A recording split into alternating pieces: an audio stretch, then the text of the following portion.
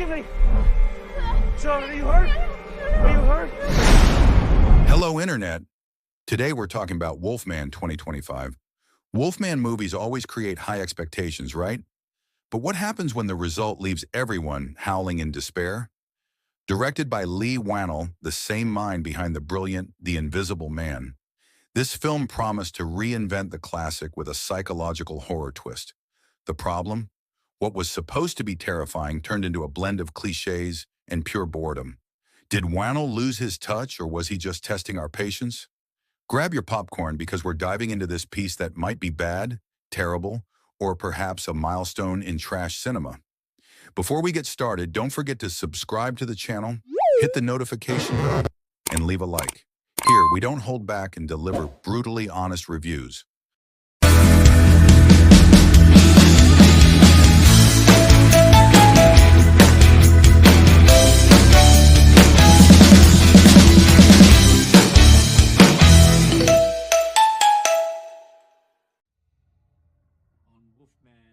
Leigh Whannell, the director who brought us The Invisible Man, decided it was time to take on the challenge of reviving Wolfman. But did he bring anything new to the table, or just recycle the same old tricks, this time with more force and less script? The idea was to blend horror with psychological drama, but the result feels more like an endurance test for the audience. The premise starts off interesting: a tormented man, a dark past, an isolated setting. But the film stumbles over its own ambition, throwing us into an endless spiral of drawn-out dialogues, unnecessary scenes, and a protagonist who seems more lost than the script itself. The script for Wolfman is a masterclass in how to waste good ideas.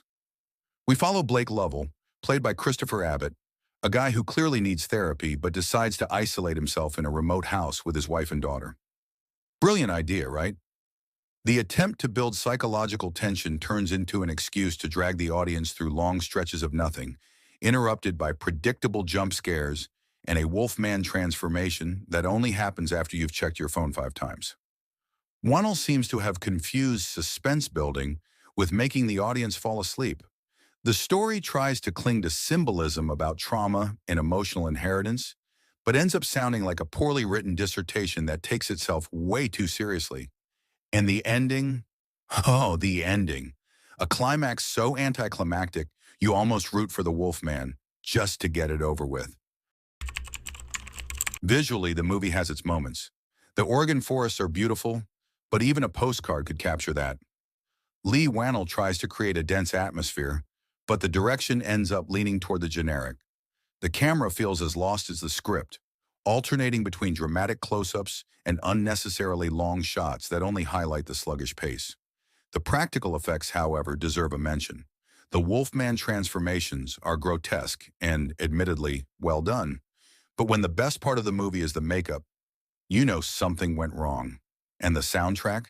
A collection of ambient noises and repetitive beats that only amplify the monotony. If there's one thing that saves Wolfman from complete disaster, it's the cast. Christopher Abbott delivers a solid performance, though it's hard to shine with a script that doesn't give him much to work with. Julia Garner does what she can as Charlotte, but her character's basically a luxury extra, pushed around by the plot. And young Matilda Firth, as Ginger, brings a little life to the film, but her presence only highlights how dragged out the narrative is. Overall, the cast does what they can, but not even the best actors in the world could save dialogues this artificial and situations this predictable. Here's where Leigh Whannell clearly wanted to elevate his film beyond traditional horror. He tries to tackle themes like generational trauma, primal instincts, and the internal struggle between reason and impulse.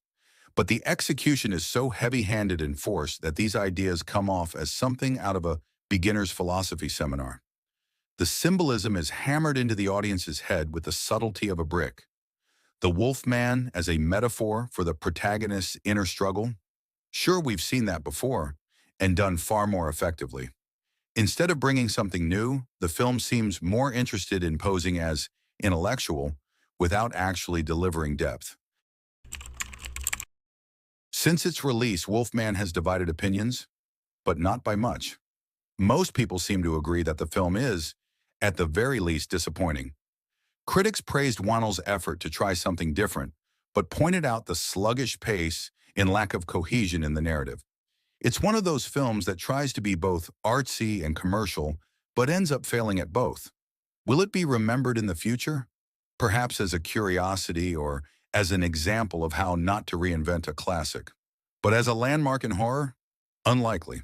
The competition in the genre is fierce, and Wolfman simply doesn't stand out. So, what did you think of Wolfman by Leigh Whannell? Do you agree it was a missed opportunity, or do you think the film deserves more credit? Share your thoughts in the comments, and don't forget to subscribe to the channel for more reviews, breakdowns, and of course, a good dose of sarcasm. See you in the next video. If we survive the next or invented classic of horror. No, it's my job to protect you. What's wrong with Daddy? He got sick. Please, Dad, you're scaring me! Please!